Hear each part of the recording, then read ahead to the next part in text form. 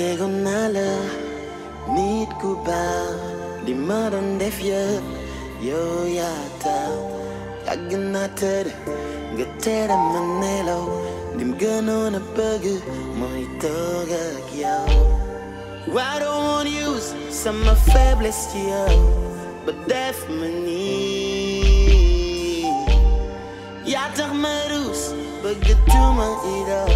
Est-ce que yow le kii? J'ai passé des soirs assis dans le noir à rêver te voir mon idole. Est-ce que yow le kii? Idole, idole, le temps de défouler. C'est le idole, idole, idole.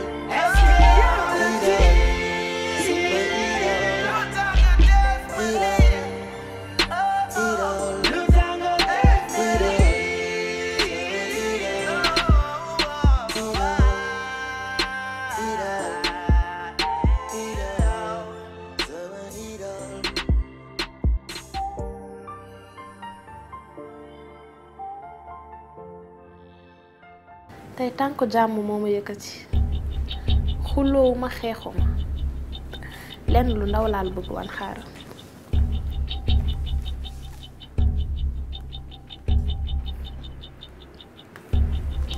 C'est quoi? yow téyel lii.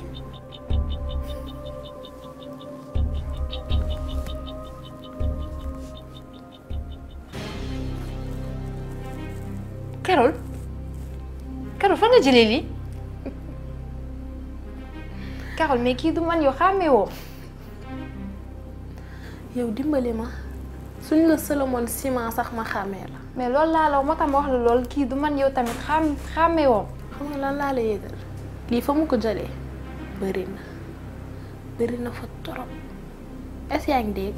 wax ma kan moo la jox li bul ko lijjanti xamal ne juste topp nañ la gis nañ la ngay summi gis nañ la ngay sol.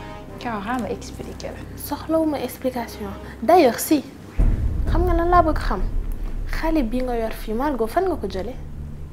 tan mooy loolu xale bi man maa ko ëmb jox ko. yow biiru leket depuis kañ lay génnee doom. dis-moi entre nous quoi ana parent wu gone gële. c'est quoi cette question? ah xamoo ko parce que kii fi nga ko jëlee jaaxal na ma torop te bëgg naa ko xam. mais kii sama doom la Carole. xam nga ce qu'on va faire 10 millions nga ma ameloon te du may naa la 5 yi j'ai juste besoin de 5 millions. mais Carole où est-ce que je vais trouver 5 millions? loolu lijjantiwuma ko ku mëntee biir pendant 9 mois di ko gëmloo ñëpp pare génneel ñu doom bu jóge xaw ma fan 5 millions te wu la Margot qu'on se dise la vérité je te donne 5 jours. Carole tu oses me faire ça je suis ta sœur tout de même. oui léegi kay sama sœur nga léegi tu es ma sœur à part entière. léegi nga bëgg ma def chantage. du sax chantage yow tamit entre sœurs chantage xaju fi. Carole.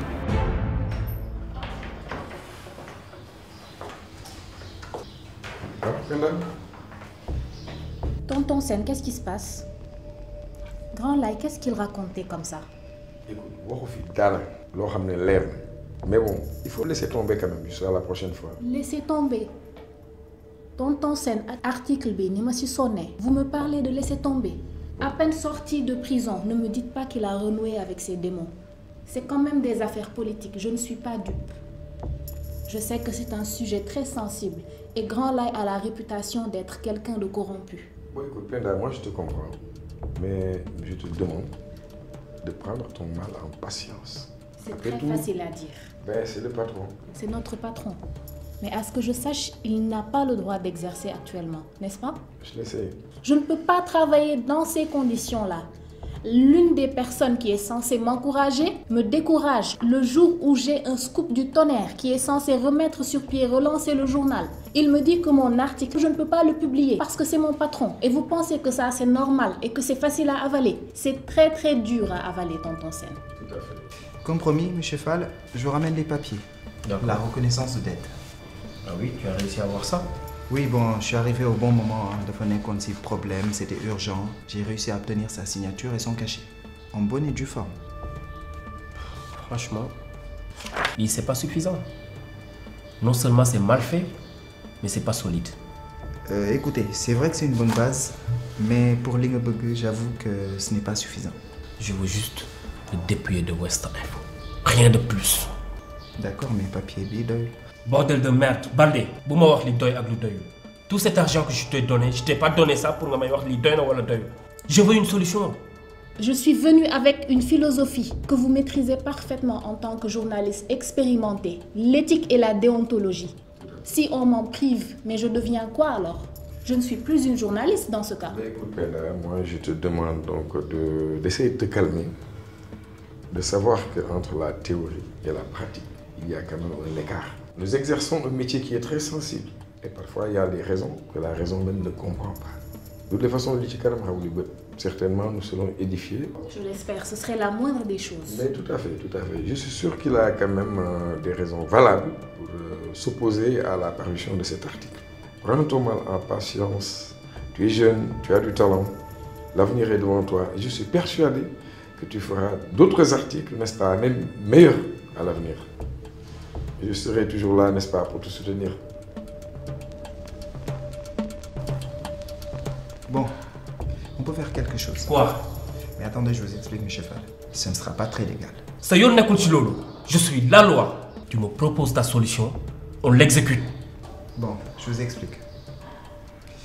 Puisqu'on a sa signature sur la reconnaissance de dette, il suffit juste de la transposer sur le contrat de prêt et sur la lettre d'engagement. Comment ça? Mais c'est simple, il faut juste un bon infographiste. Baldé, ça c'est ton job. Tout ce que je veux, c'est que tu me ramènes le papier signé de Binta. Sans aucun souci, M. Fall. Ce sera fait dans les meilleurs délais. Très bientôt, Baldé. N'oublie pas, les bonnes affaires font les bons amis. Je m'en souviendrai, M. Fall. Très bientôt. Passez une bonne journée. Bonne journée.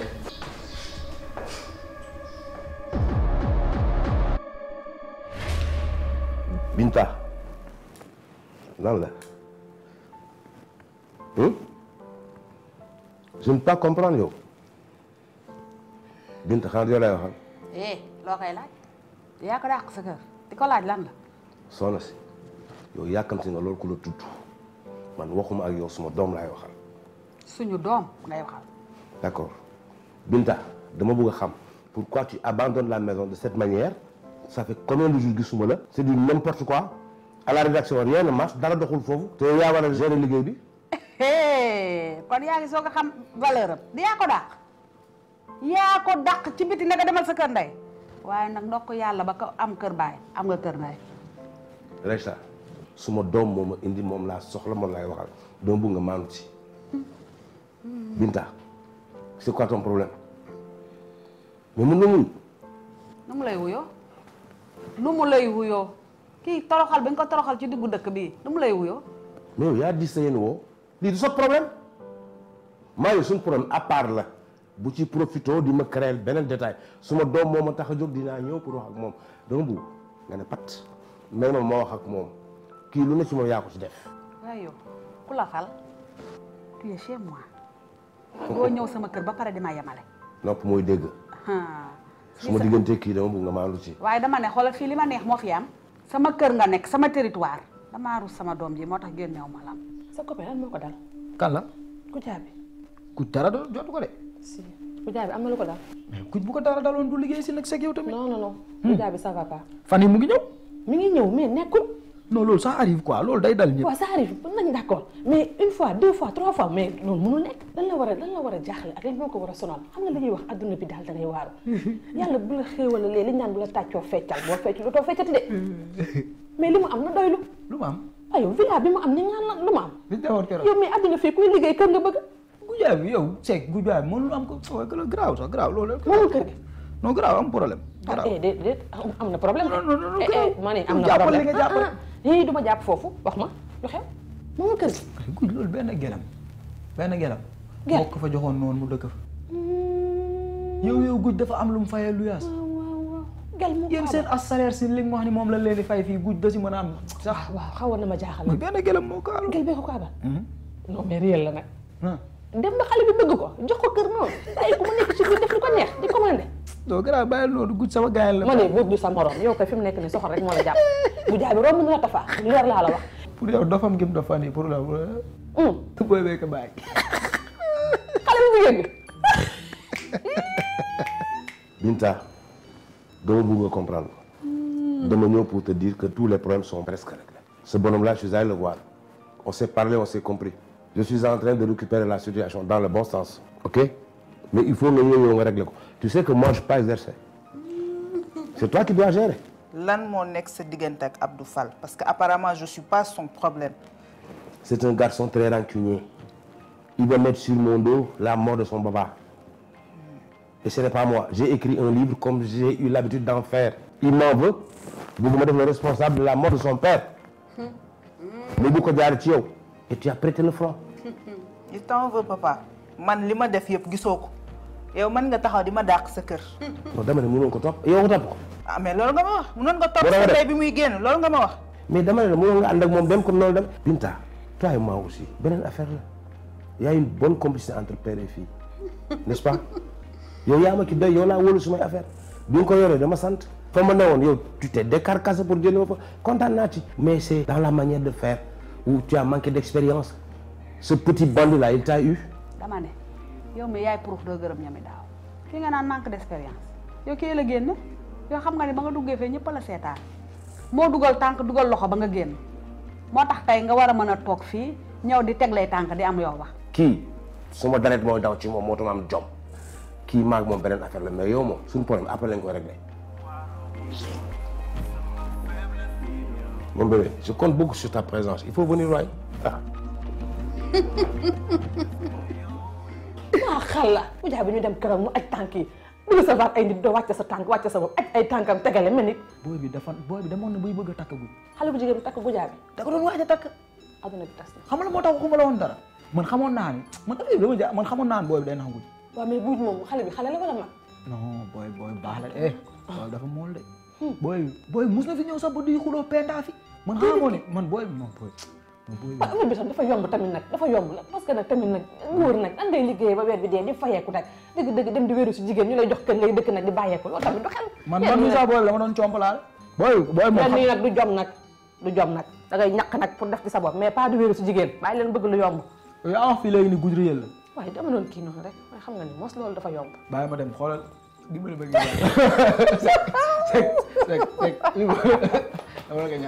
bàyyi bu ko dara non du ko yëg. yow tamit da nga xam naa de. waaye nag xool su ma rombee foog ma ree mais dama wax. c'est que xam nga lan laay bañ ah. bàyyil bay ree man xam lan laay bañ. ngeen jàppante lu ndaw rek. nga bëre xel quelque quoi. bay fi jigéen foog ma ne ko nag bañ la dàqee. ñëw gaaw a fuuy ana góor ak dëkkal jigéen pour lan ci àddina.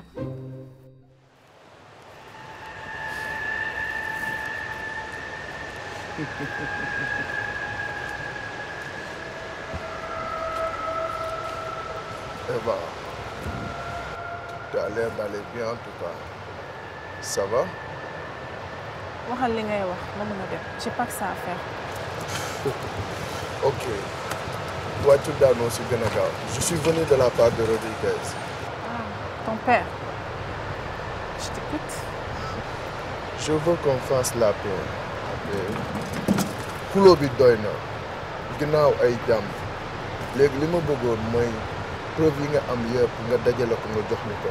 nga wax ñu ñaata nga soxla si montant xaalis ñu jox la ko bu ko defee ku nekk dox sa dox.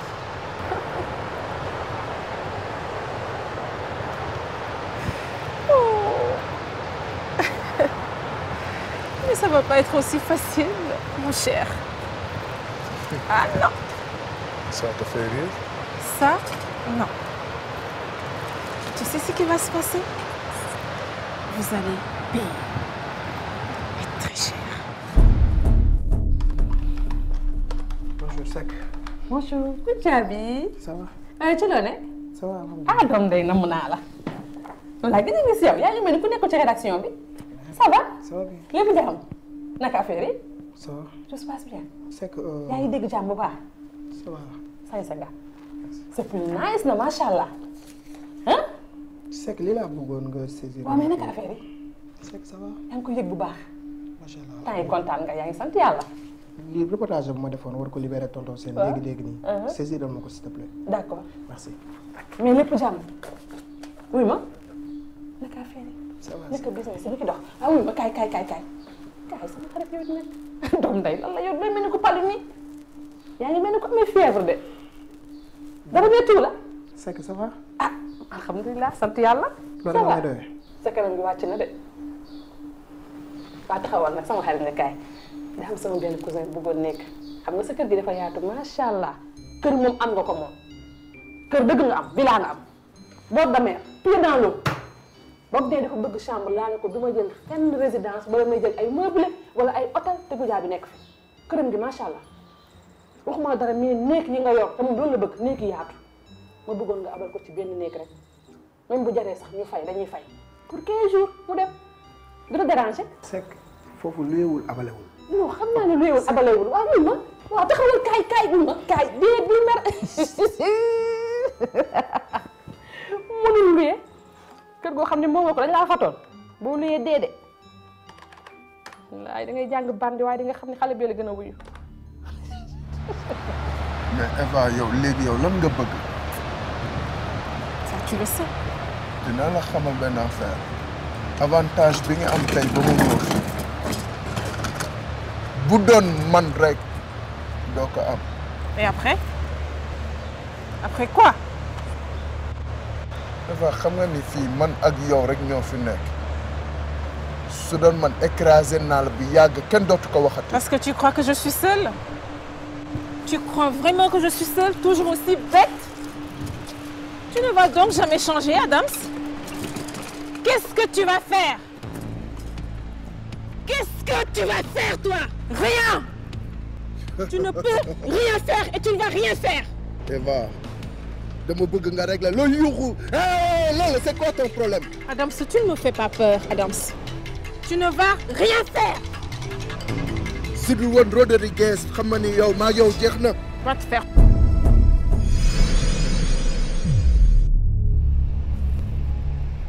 Va-t'en. C'est tout ce que tu sais faire. Parler.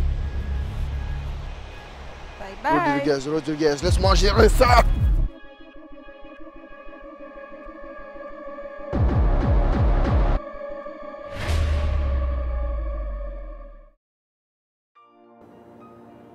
léegi daal kuñ fi fal da ngay fàtte ni askan bee la fal nga doon mi naan askan wi jël lépp lu ñu am jox la moo xam oto dëkkuwaay boo xam ne doo fay jox la oto woo xam ne essence woo doo fay boo jógee Dakar jëm Mbuur sax ñu jox la frais de mission bokkul ak sa salaire waaye day dem ba nga xamante ni oto ba ngay yor vitre tinte lay doon kenn dootu la gis amaana soxla nit ñi dañuy riir ndax tu n'es plus en contact avec les gens lan ngay fal sa parti bu doon sa parti rek doo fal koo ci jox ñaari téeméer yaakaar ni yaa ko yor da ngaa xamul rek ndax yàllaa la jox jaarale la sa wërsëg ci moom nga jox boo ko joxul faatu nga gis koo xamante ni barki démoo njaay macha allah fii la nekk daw ba dal yi dagg ñu rox ci fil de fer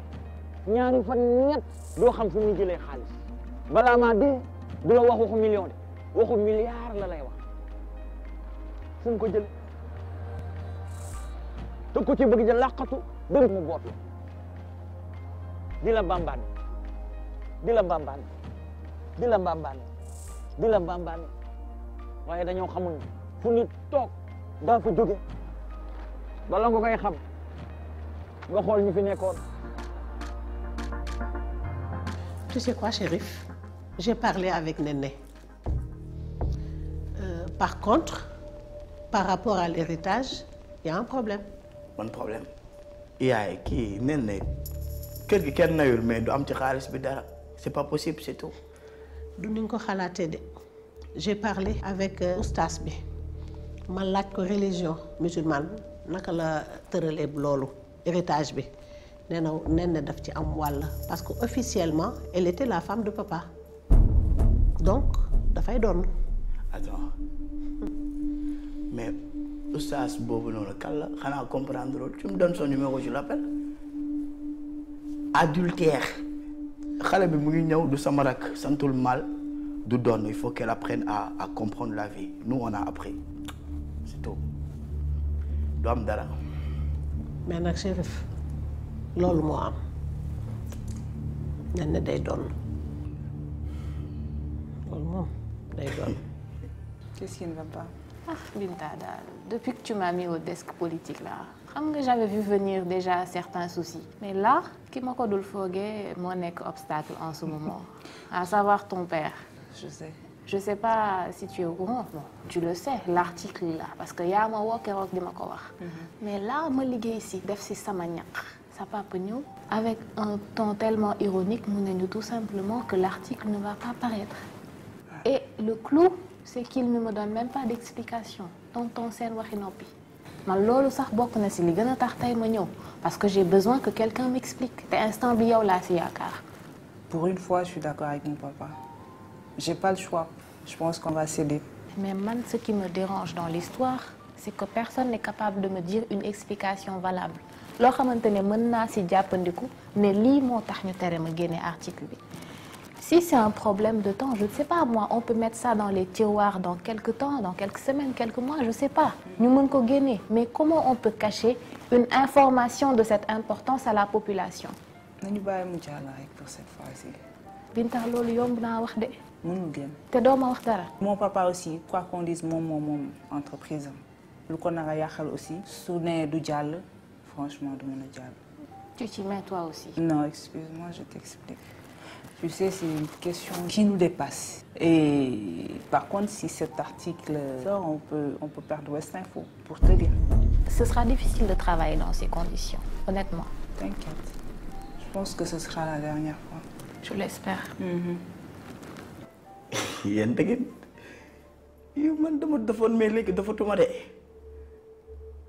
maa ngi cool Néné du am Néné warul am. S'il te plaît, maman, bàyyi loolu bàyyi. Déglu ma là n'est pas la question xam naa ne wér nga peñ mais je n'y peux rien c'est la religion musulmane ay jullit lañu dañuy doxal yëfi jullit loolu moo am d'accord. D'accord mais laisse-moi m'occuper de Néné s'il te plaît. T'occuper. Oui. Chérif, ne te mets pas dans des problèmes. J'ai pris assez de temps pour te récupérer et je ne veux pas te perdre. Qu'est-ce que tu crois que je vais faire? Je ne sais pas. Ben, je vais rien faire, je vais juste aller chez elle. Ben, comme des adultes, on va parler. Après, basta. D'accord, je te fais confiance. Bon, je te laisse terminer ton café. D'accord. Moi, je vais aller au marché. D'accord? Bonne journée. Pareillement.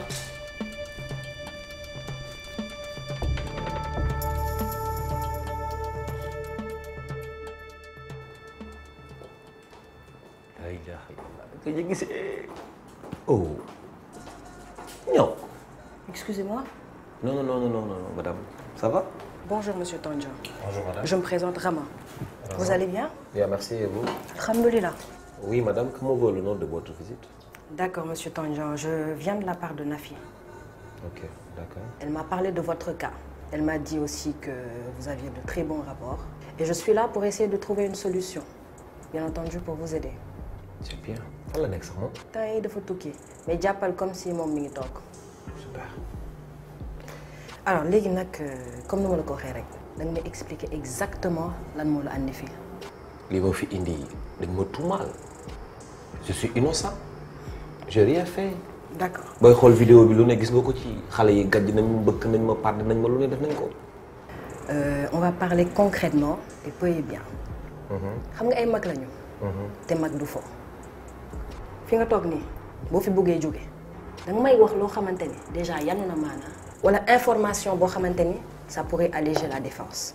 Ok. J'espère que tey indi nga ma nouvelle bu neex parce que depuis que je suis venu à la maison, lan laay wax nag qu'est-ce qui se passe xanaa ne ko sama bureau ba may wax nag Margot lan la eh lan ngay gestu qu'est-ce qui se passe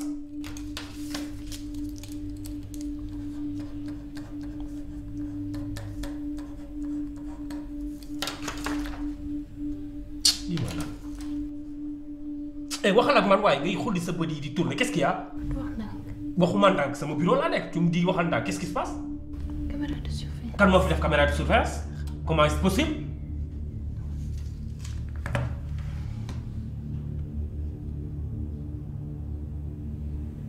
Yo Margot kon ëmbo. de loolu yëpp du problème. Margot c'est quoi ça yow ëmbo kon yow sa doom bi fan nga ko jëlee.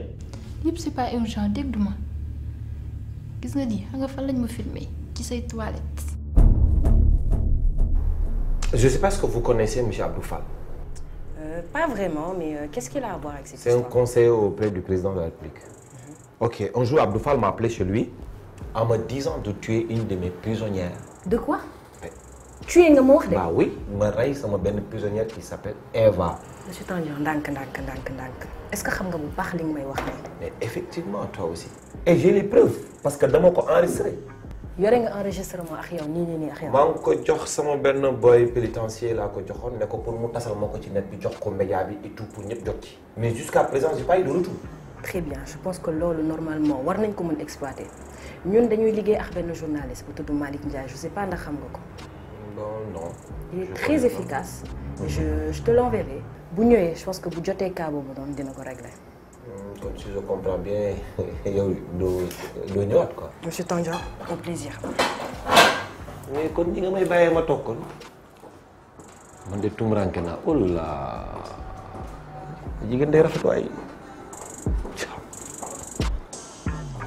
baa mu ñaaw rek mu jàpp ci. yow am na ko installé fii ay caméra de surveillance xamal ne li ngay def depuis ci suba ba guddi ñu ngi lay xool. comment ça kan moo fi dugg ba fi def caméra. Carole de moo ñëw keroog sama kër indil ma lii. mais ta sœur elle est cinglée kii fan la jëlee lii. xaw ma fu mu ko jëlee. man sa jeu bi nekkuma ci ah bu fekkee yow yaa jël caméra di ko dugal sama bureau pour di ma jëm a santaat xaalis doxuma ci yooyu. où t'as pris ça. Abdou yow wér nga yow nan laay di installer fii caméra de surveillance di filmer sama bopp loolu est-ce que c'est logique. Abdou instant man je suis dans le pétrin toi aussi dégg nga man instant yow la ci xottu net laa toog ndax tiit. nga naan ma ndax yow yaa fi installé ay caméra yow Carole déjà mi ngi koy indi sama kër keroog di ma chantage di ma laaj xaalis tu imagines. sa sœur bi fan la jëlee lii. Abdoul man xaw ma ko lay bon nga vérifier parce que fii léegi c'est pas sûr du tout.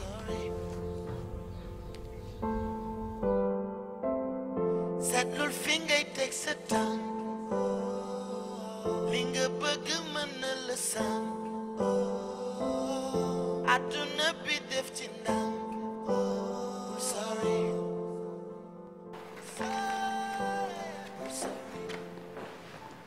Surprise, je t'ai pas manqué. Eva, qu'est-ce que tu viens faire ici? Oh Malik, c'est comme ça qu'on accueille une dame. Joli loco.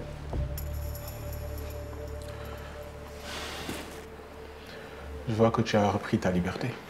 Évidemment, tu me connais. Tu as vu la vidéo du régisseur? Quelle question, c'est évident ça. Encore une fois, qu'est-ce que tu viens faire ici? Je viens te livrer mon scoop sur un plateau d'argent. J'en ai pas besoin. Oh, le Malik que je connais est curieux. T'es sûr que tu veux pas savoir de quoi il s'agit? Certain.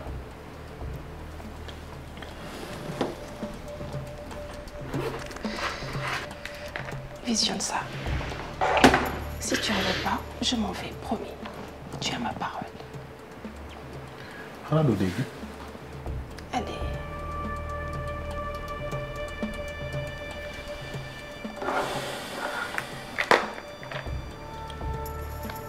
De quoi s'agit-il? Figure-toi que là, tu as toutes les preuves d'Abdoul Fall, le conseiller du président en train de commanditer mon meurtre. Et la personne à qui il s'adresse, le régisseur Tandian. Ok, je prends note. Je peux faire autre chose C'est tout ce que ça te fait? Au revoir, Eva.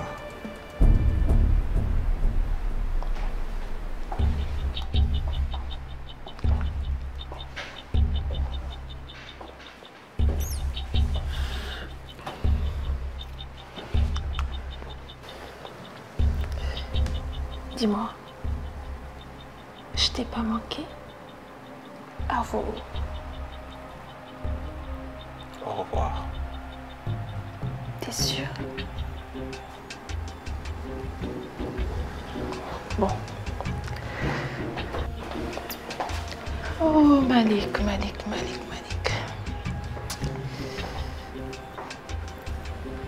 Bon, tu sais ce qu'on va faire? J'attends ton appel. Tu sais où me trouver. Il manque de piment dans ta vie. Tu manges toujours épicé, n'est-ce pas? Bonjour.